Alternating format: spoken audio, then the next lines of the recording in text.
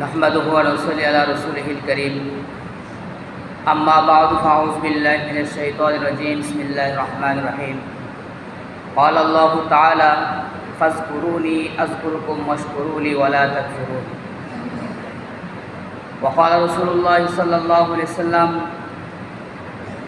कलिमतानि खफ़ीफ़तानि अलल लिसान सक़ीलतानि फ़िल मीज़ान हबीबतानि इलर रहमान सुबहानल्लाहि व बिहम्दिही सुबहानल्लाहिल अज़ीम औ कमा क़ाल अलैहिस्सलातु वस्सलाम। अल्हम्दुलिल्लाह, আল্লাহ পাকের দরবারে লাখো কোটি শুকরিয়া। আজকে পবিত্র জুমার দিন আল্লাহ পাক আমাদেরকে দুনিয়ার ঝামেলা থেকে মুক্ত করে উপযুক্ত সময়ে আল্লাহর মসজিদে উপস্থিত হয়ে কিছুদিন কথাবার্তা বলার জন্য, শোনার জন্য এবং শুনতে বসার জন্য তৌফিক দান করেছেন। এটা আল্লাহ তাআলার পক্ষ থেকে বহু বড় একটি মেহেরবানি। এই জন্য আমরা আল্লাহর দরবারে কালিমাতুশ শুকর পাঠ করি আলহামদুলিল্লাহ। আজকে আমাদের জন্য আরেকটা আনন্দের বিষয় হচ্ছে, আজকে আমাদের এই মসজিদে দিনের নিসবতে, দিনের মোবারক মেহনত, এই মেহনতের নিসবতে বাংলার বিভিন্ন অঞ্চল থেকে দাওয়াত তাবলীগের ভাইয়েরা আমাদের মসজিদে এসেছেন, উপস্থিত হয়েছেন। এটা আমাদের জন্য একটা সৌভাগ্যের বিষয়। তো সেই হিসাবে আজকে আমি শুদ্ধ ভাষায় বয়ান করতেছি, না হয় কিছু পরে আঞ্চলিক ভাষায় বর্ণনা করি। তো দাওয়াত তাবলীগের ভাইয়েরা ওনারাও যাতে করে আলোচনাটা সহজে বুঝে নিতে পারে সেই হিসেবে শুদ্ধ ভাষায় বলতেছি। তো এলাকার যারা মা বোনেরা আছেন তারা কিছু মনে করবেন না। তো মসনুল খুতবা এবং দরুদ শরীফ পরে যে আয়াতে করিমা তেলাওয়াত করেছি, আয়াতে করিমার মধ্যে আল্লাহ পাক বলেন ফাজকুরুনি আযকুরুকুম ওয়াশকুরু লি ওয়ালা তাকফুরুন। এটা একটা প্রসিদ্ধ আয়াত, আমরা সবসময় শুনে থাকি। বিশেষ করে যারা পুরুষেরা আছে প্রতি শুক্রবার জুমার নামাজ পড়ে, প্রতি শুক্রবার জুমার নামাজের দ্বিতীয় খুতবার মধ্যে এই আয়াতটা পাঠ করা হয় প্রায় সময়। এই আয়াতে কারিমার মধ্যে আল্লাহ পাক কি বলতেছেন, ফাজকুরুনি আযকুরুকুম। আল্লাহ পাক সারা দুনিয়ার মাখলুক, সৃষ্ট মাখলুক, বিশেষ করে মানব জাতি, জিন এবং মানব জাতি, এদেরকে সম্বোধন করে বলছেন যে তোমরা আমাকে স্মরণ করো, আমার কথা স্মরণ করা, আমাকে বেশি বেশি ডাকো, আমিও তোমাদেরকে স্মরণ করব। তোমাদের চেয়ে উত্তম মজলিস, তোমাদের চেয়ে সাধারণ মজলিস নয়, তোমাদের চেয়ে উত্তম মজলিসে, সর্বোত্তম মজলিসে আমি আলোচনা করব তোমাদের। ফাজকুরুনি আযকুরুকুম ওয়াশকুরু লি ওয়ালা তাকফুরুন। এবং আমার পক্ষ হতে যে সমস্ত নাজ নিয়ামত প্রাপ্ত হয়েছে এগুলোর বদলায় আমার কৃতজ্ঞতা প্রকাশ করো, আর আমার অকৃতজ্ঞ হইও না। আমি যে তোমাদেরকে নাজ নিয়ামত দান করেছি তা পেয়ে তোমরা শুকরিয়া আদায় করো, না শুকরি করবে না। এই নির্দেশটা দেওয়া হয়েছে আল্লাহ পাক এই নির্দেশটা দিয়েছেন এই অত্র আয়াতে করিমার মধ্যে। আয়াতে করিমার প্রথম অংশ বলা হয়েছে কি বেশি বেশি আল্লাহকে স্মরণ করবে, দ্বিতীয় অংশ বলা হয়েছে কি আল্লাহর নাজ নিয়ামত যেগুলো আমরা প্রাপ্ত হয়েছি এইগুলোর জন্য শুকরিয়া আদায় করতে। তাহলে যত বেশি আমরা আল্লাহ আলোচনা করব আমাদের তত দাম বাড়বে। কোথায় বাড়বে? আমাদেরকে স্মরণ করবে আমাদের চেয়ে উত্তম মজলিস, ফেরেশতাদের মজলিস, বেগুনাহ, মাসুম, নিষ্পাপ, এরা কোনোদিন পাপ করে না। ফেরেশতারা পাপের কোনো কল্পনাও তাদের অন্তরে হয় না। কারণ আমাদের মধ্যে যে নফস আছে তাদের মধ্যে নফস নেই। আমাদেরকে নফস দিয়েছে, আমাদের পিছনে আবার শয়তান, প্রত্যেকজনের জন্য একটা শয়তান নিযুক্ত আছে, যে সর্বদা রাত দিন 24 ঘন্টা তাকে পথভ্রষ্ট করার জন্য আপ্রাণ চেষ্টা করে যায়। আরও অনেক কিছু আমাদের পিছনে রয়েছে, এগুলো দুনিয়ার লোভ, লালসা, হিংসা, বিদ্বেষ, অহংকার, এই ধরনের কিছু রিফু, এগুলো মানব জাতির ভিতরে আছে, নফসের ভিতরে আছে, যা ফেরেশতাদের অন্তরে নেই। সেই হিসেবে ফেরেশতারা বেগুনাহ, মাসুম, এদের পাপের কোনো কল্পনা হয় না, এদের খানাপিনার কোনো চাহিদা নেই, এদের কোনো ইলম বিলির কোনো চাহিদা নেই, এদের কোনো লোভ লালসা নেই, এদের মধ্যে নারীও নাই, পুরুষও নাই, এদের মধ্যে খানাপিনা কোনো চাহিদা নাই, এদের পাখানা প্রস্রাব হওয়ার দরকারও নাই। সেরকম এক উত্তম মজলিসের মধ্যে আমাদের আলোচনা হয় যদি আমরা আল্লাহর আলোচনা করি। যে মনে করেন এখন আমরা আলোচনা করতেছি, আল্লাহর আলোচনা করতেছি, আল্লাহ পাকের বরত্বের কথা আলোচনা করতেছি, আল্লাহকে ডাকলে কি ভালো হবে না খারাপ হবে, না ডাকলে কী ক্ষতি হবে, এগুলো আলোচনা কেনা হচ্ছে। এই আলোচনা মজলিসে যারা আছে, এই আলোচনা মজলিসে উপস্থিত সমবেত সমস্ত লোকদেরকে আল্লাহ পাক ফেরেশতার মজলিসের মধ্যে আলোচনা করেন। দেখো এই সমস্ত বান্দারা, এই সমস্ত আমার বান্দারা, এরা আমাকে স্বচক্ষে দেখে নেয়, তাদের চর্মচোখে দেখে নেয়।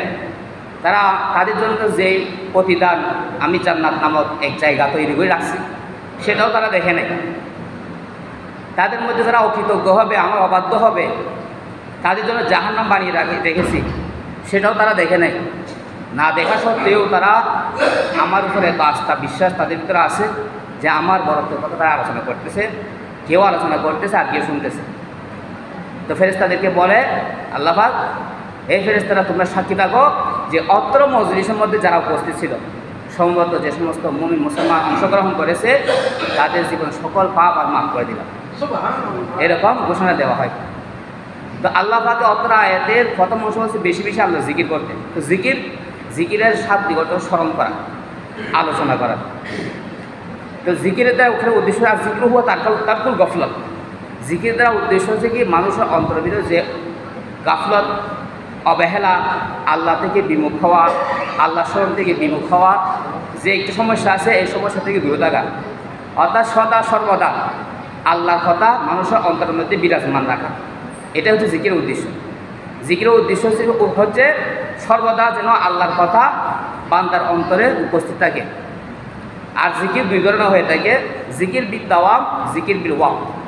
জিকির বিদ দাওয়াম দ্বারা উদ্দেশ্য হচ্ছে যা সদা সর্বদা বান্দা করতে থাকে, আর জিকির বিল ওয়াক্ত দ্বারা উদ্দেশ্য হচ্ছে যা সময়ে সময়ে আদায় করতে হয়। যেমন 5 ওয়াক্ত নামাজ, এটাও একটা জিকির। এই 5 ওয়াক্ত নামাজের জন্য আবার সময় আছে, সময় মতো করতে হয় নামাজ আদায় করতে হয়, নামাজের ওয়াক্ত আসলে সময় আসলে। তো এটা হচ্ছে জিকির বিল ওয়াক্ত। আর জিকির বিদ দাওয়াম মানে যা বান্দা সবসময় তার জিহ্বাতে আওরাত লাগে, জিহ্বার মধ্যে আওরাত লাগে সবসময়, সুবহানাল্লাহ অথবা আলহামদুলিল্লাহ অথবা লা ইলাহা ইল্লাল্লাহ অথবা আল্লাহু আকবার অথবা লা হাওলা ওয়ালা কুওয়াতা ইল্লা বিল্লাহ। এই 6টা শব্দের কথা বেশি বেশি আলোচনা হয়েছে জিকিরের জন্য। জিকিরের জন্য এই 6টা শব্দ বেশি প্রসিদ্ধ, এবং এই 6টা শব্দের কথাই কোরআনের বিভিন্ন আয়াতে আলোচনা হয়েছে বা হাদিসের মধ্যে এসেছে। তো জিকির করার জন্য সর্বোত্তম শব্দ হচ্ছে এগুলো, সুবহানাল্লাহ, আলহামদুলিল্লাহ, লা ইলাহা ইল্লাল্লাহ, আল্লাহু আকবার, লা হাওলা ওয়ালা কুওয়াতা ইল্লা বিল্লাহ। এই আর যে কোনো একটা ইস্তেগফার, আস্তাগফিরুল্লাহ, ছোট সংক্ষিপ্ত ইস্তেগফার আস্তাগফিরুল্লাহ, আর যে কোনো একটা দরুদ শরীফ, আর সংক্ষিপ্ত দরুদ শরীফ হচ্ছে সাল্লাল্লাহু আলাইহি ওয়াসাল্লাম। এই সমস্ত শব্দ, এগুলো যে কোনো একটা শব্দ সবসময় জিহ্বার মধ্যে আওরাত রাখা, এটা হচ্ছে জিকির বিদ দাওয়াম। সবসময় আল্লাহ পাকের এমন এমন বান্দারা দুনিয়াতে গেছে যাদের একটা শ্বাস ফেল দেওয়ার তারা আল্লাহ স্মরণ করছে, শ্বাস গ্রহণ করতে তারা আল্লাহ স্মরণ করেছে। অর্থাৎ ফাঁস আনফাসে জিকির বলা হয় যাকে, পাস আনফাস মানে প্রতি শ্বাসে নিঃশ্বাস গ্রহণেও আল্লাহ জিকির, আল্লাহ স্মরণ, নিঃশ্বাস ফেলতেও আল্লাহর জিকির। অর্থাৎ লা ইলাহা বলে তারা নিঃশ্বাস গ্রহণ করেছে, ইল্লাল্লাহ বলে শ্বাস ত্যাগ করেছে তারা।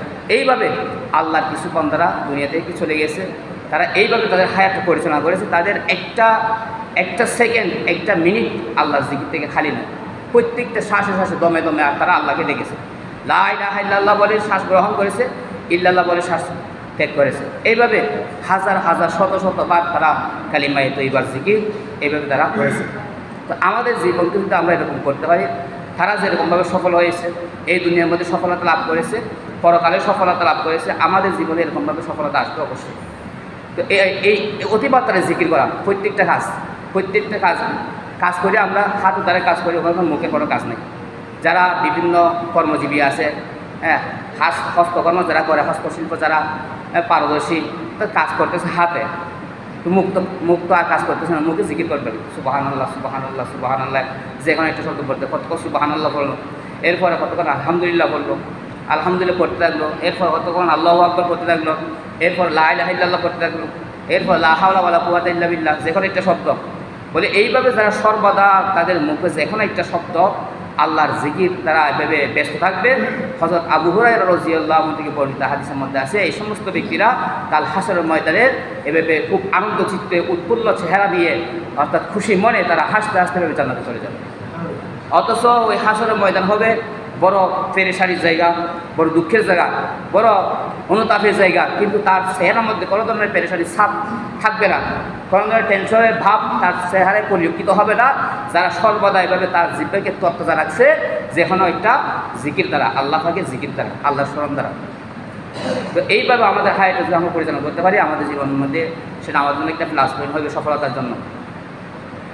তো যে হাদিসটা বলেছিলাম আমি মসনুদ খুতবার মধ্যে, হাদিসটা একদম এই যে দুনিয়ার মধ্যে সবচাইতে বিশুদ্ধ কিতাব যেটা রয়েছে কোরআনের পরে যে কিতাবটা সর্বাগ্রে স্থান পেয়েছে ওইটা হচ্ছে কি বুখারী শরীফ, সহিহ বুখারী শরীফ। এই সহিহ বুখারী শরীফ ইমাম বুখারী রহমতুল্লাহি আলাইহি ওনার লিখিত এই কিতাবটি শেষ করেছে এই হাদিস দ্বারা। যে হাদিসটা আমি পড়েছি, হাদিসের মধ্যে বলতেছে কি এমন দুটি শব্দ আছে যে শব্দ দুটি খুবই আসান, সহজ, মানুষের মুখে আওড়াতে, পড়তে, বলতে, শিখতে, মুখস্থ করতে, জিকির করতে, বারবার পড়তে একদম সহজ। খফিফাতানি আলাল লিসান সকিলাতানি ফিল মিজান। আবার সেটা মানুষের যে আমলনামা ওজন করা হবে, যে পাল্লা রয়েছে ওই মিজান বলা হয় এটাকে, ওই মিজানের মধ্যে খুব ভারী হবে। পড়তে একদম হালকা সহজ, আমল করতে কোনো ঝামেলা নেই, মুখস্থ করতে কোনো ঝামেলা নেই, পড়তে কোনো ঝামেলা নেই। কিন্তু জিনিসটা হালকা হলে কী হবে, এটা অনেক ভারী, অনেক দামি, অনেক ওজন, এটা বান্দার আমল নামার মধ্যে বেশি ভারী হবে। সকিলাতানি ফিল মিজান। আবার হাবিবাতানি ইলা রহমান, আবার শব্দ দুটি এমন শব্দ যা আল্লাহর কাছে বড় প্রিয়, বেশি মাহবুব, পছন্দ করে আল্লাহ, আল্লাহ বেশি ভালোবাসে এই শব্দ দুটিকে। এই শব্দ দুটি দিয়ে কেউ যদি আল্লাহকে স্মরণ করে আল্লাহ খুব ভালো লাগে। তো শব্দ দুটি কি সুবহানাল্লাহি ওয়া বিহামদিহি সুবহানাল্লাহিল আযীম। এক শব্দ হচ্ছে সুবহানাল্লাহি ওয়া বিহামদিহি, আর শব্দ হচ্ছে সুবহানাল্লাহিল আযীম। এই দুটি শব্দ, এই তো দুইটি শব্দ এত সহজ যে বলতেও সহজ, পড়তেও সহজ, মুখস্থ করতেও সহজ, আবার সেটা মিজানের মধ্যে, আমল নামার মধ্যে খুব ভারী হবে। আবার এই শব্দ দুটি আল্লাহর কাছে খুব প্রিয়। তো সেজন্য আমরা জিকির হিসেবে এই দুইটা শব্দ আমরা করতে পারি বেশি বেশি, সুবহানাল্লাহি ওয়া বিহামদিহি সুবহানাল্লাহিল আযীম। আপনি পথ চলতেছেন, কোনো দিকে যাচ্ছেন, কোনো কাজে যাচ্ছেন, হাটে ঘাটে বাজারে কোনো জায়গায় যাচ্ছেন, পায়ে হেঁটে হেঁটে যাচ্ছেন, আপনার তো মুখের কোনো কাজ নাই, পায়ে হাঁটা, পায়ের কাজ চলতেছে, তো মুখে আপনি এইগুলো করতে যান, এটা তো আর জোরে জোরে বলতে হবে না, মনে মনে করা। আর এভাবে নফল যে সমস্ত ইবাদত আছে এগুলোর মধ্যে গোপনীয়তাই বেশি ভালো। নফল ইবাদতের মধ্যে গোপনীয়তা রক্ষা করতে পারলে বেশি ভালো, এটা বেশি আল্লাহর কাছে প্রিয়। আর ফরজ এই ইবাদত যেগুলো আছে এগুলো প্রকাশ করতে পারলে বেশি ভালো, কারণ এটা দেখা দেখি অপররা যারা এই কাজে অংশগ্রহণ করছে তাদের কোনো এটা দাওয়াত হয়েছে, আমলি দাওয়াত। তো নফল ইবাদত গোপনীয়তা রক্ষা করা বেশি ভালো। তো আপনি পথ চলতেছেন, পথ দিয়ে চলার সময় সুবহানাল্লাহি ওয়া বিহামদিহি সুবহানাল্লাহিল আযীম আপনি মনে মনে পড়তে যান। যারা এভাবে সবসময় জিকির তারা জিব্বাকে তত্ত্বতা রাখে, বলে তারা যখন ঘুমায়ে পড়ে, ঘুম এসে যায়, ঘুমে এসে গেলে তার মানুষের আর কি খুশ থাকে না, সে তো আর সজাগ থাকে না, সজাগ না থাকার কারণে তার জিব্বার জিকির বন্ধ হয়ে যায়। তখন নাকি আল্লাহ বলে যে আমার বান্দা এতক্ষণ পর্যন্ত যেভাবে সজাগ থাকতে, যেভাবে আমাকে জিকির দ্বারা তার জিব্বাকে তত্ত্বতা রাখছে, তোমরা তার আমলনামার মধ্যে ফেরেশতাদেরকে ওই কিরামান কাতিবিন তোমার আমলনামার মধ্যে জিকিরের সওয়াব লিখতে থাকো। যদি আমার বান্দা ঘুমাচ্ছে, এখন বিশ্রাম দিচ্ছে, মুখের জিকির বন্ধ হয়ে গেছে ঘুমের কারণে, কিন্তু জিকিরের লিখতে থাকো, জিকিরের সওয়াব লিখতে থাকো। এইভাবে যারা সক্ষম অবস্থায় সুখে দুঃখে সর্বদা এভাবে আল্লাহকে ডাকে, তাদের যদি কোনো ধরনের সমস্যা হয়ে যায় শারীরিকভাবে বা মানসিকভাবে, তার শরীরের শক্তি যদি আর সে বরদাস্ত করতে না পারে, শরীরের শক্তি দিয়ে যারা কাজটা সমাধান করতে না পারে, তখন আল্লাহ পাক এমনি এমনি দিয়ে দেয়। বলে সেই অসুবিধার কারণে, অক্ষমতার কারণে, রোগ ব্যাধির কারণে, বয়োবৃদ্ধ হয়ে যাওয়ার কারণে আগের মতো আমাকে ডাকতে পারছে না। অথচ তার ডাকার কী আছে, ইচ্ছা আছে, পারতেছে না। দীর্ঘক্ষণ দাঁড়ায় নামাজ পড়ার ইচ্ছা আছে, কিন্তু পারতেছে না। আগে পড়তো, এখন করতেছে না। দীর্ঘক্ষণ কোরআন তেলাওয়াতের অভ্যাস ছিল, এখন পারতেছে না। কোমরের ব্যথা, চোখের সমস্যা, চোখে কম দেখে, ঘাড়ের ব্যথা, মাথায় ব্যথা, এই সমস্ত সমস্যার কারণে সে পারতেছে না। তখন আল্লাহ পাক এই বান্দার ব্যাপারে বলে থাকে ফেরেশতাদেরকে, এই কিরামান কাতিবিন ফেরেশতা, তোমরা আমার বান্দা যেইভাবে কোরআন তেলাওয়াত করতো আগে অনুরূপ সওয়াব লিখতে থাকো। যেইভাবে দীর্ঘক্ষণ দাঁড়ায় নামাজ পড়তো, ওই নামাজের সওয়াব লিখতে থাকো, এগুলো বন্ধ করবে না। এইভাবে আমাদেরকে জীবনটা করতে হবে। তো আল্লাহ পাকে যে নির্দেশ ফাজকুরুনি আযকুরুকুম ওয়াশকুরুলি ওয়া লা তাকফুরুন, যে আমাকে তোমরা বেশি বেশি ডাকো, আর আমার যে সমস্ত নাজ নিয়ামত তোমরা প্রাপ্ত হয়েছে, আল্লাহ পাকের নিয়ামতের মধ্যে সবচেয়ে বড় নিয়ামত হচ্ছে সুস্থ দেহ এবং সুস্থ চোখ, সুস্থ হাত পা, এগুলো সবচেয়ে বড় নিয়ামত। এগুলো যার আছে, যার দেমাগ ঠিক আছে, পাগল না, যার চোখ ভালো, দুনিয়া দেখতে পায়, তাহলে সে ঠিক আছে। যার বাকশক্তি আছে সে দুর্বল না, সে অক্ষম নয়। আর যার হাত অ্যাক্টিভ আছে, কার্যক্রম চালাতে পারে হাত দিয়ে, হ্যাঁ, পঙ্গু না, বিকলাঙ্গ না, তাহলে সেটা একটা বড় নিয়ামত। এই যার পা দুইটা সচল আছে, দুই পায়ের উপর দ্বারা দেখতে পারে, এই পা দিয়ে হাঁটতে পারে, তাহলে একটা বড় নিয়ামত। এইগুলো যদি আমাদের যদি ঠিক থাকে, তাহলে আমরা সবচেয়ে বড় নিয়ামতের অধিকারী হয়েছি, সবচেয়ে বড় নিয়ামত লাভ করেছি, অন্য কিছু না পেলেও। এগুলোর জন্য অন্তত আমার কী করতে হবে, রাত 324 ঘন্টা যদি আমি শুকরিয়াটা সিজদায় করে থাকি, জীবনভর সারা জীবন যত বছর হয় এইগুলো আমরা আদায় করতে পারবো। আল্লাহ পাক যে আমাকে শুধু পুরো দেহের মধ্যে যে বডিটা দিয়েছে, এই বডির মধ্যে যে এক একটা অঙ্গ প্রত্যঙ্গ দিয়েছে, এক একটা অঙ্গ প্রত্যঙ্গের জন্য যদি শুকরিয়া আদায় করতে যায়, এই নিয়ামতের শুকরিয়া যদি আদায় করতে যায় সারা জিন্দগি ভর যদি সিজদায় পড়ে থাকি, ওখানে সুবহানাল্লাহ আলহামদুলিল্লাহ পড়তে থাকি, তারপর আমরা শেষ করতে পারবো। তো শেষ করে যখন কেউ বলবে যে শেষ করা যাবে না, এটা করার দরকার থাকি, তারপরেও আল্লাহ পাকের নির্দেশ, তারপরেও তুমি বান্দা হিসেবে তুমি যা পারো, তোমার শক্তি যা কুলায় অতটুকু আমাকে দেখো, এটার জন্য আমি বিনিয়োগ করি। মনে করেন আমরা যদি দৈনিক 5 ওয়াক্ত নামাজ আদায় করি, 5 ওয়াক্ত নামাজ এবং পাশাপাশি দৈনিক 1 ঘন্টা করে যদি কোরআন তেলাওয়াত করি, সর্বোচ্চ আমার 24 ঘন্টার মধ্যে 4 ঘন্টা যাবে। দৈনিক আমরা 24 ঘন্টা হায়াত পাই, 24 ঘন্টার মধ্যে কিছু অংশ আমাদের 8 ঘন্টা 6 ঘন্টা ঘুমের মধ্যে চলে যায়, বাকি কিছু যেগুলো আছে এগুলো না দুনিয়াবী কাজকর্ম যেগুলো আছে এগুলোর মধ্যে আমরা ব্যয় করি। তো এইগুলোর মধ্য থেকে যদি আমি শুধু মাত্র 60 ঘন্টা যদি আপনি দৈনিক এভাবে আলাদা করে রাখেন, তা প্রত্যেক দিন আপনি কমপক্ষে 3 ফারা কোরআন তেলাওয়াত করতে পারবেন, যারা হাফেজ না। দৈনিক 3 ফারা কোরআন তেলাওয়াত করা যাবে।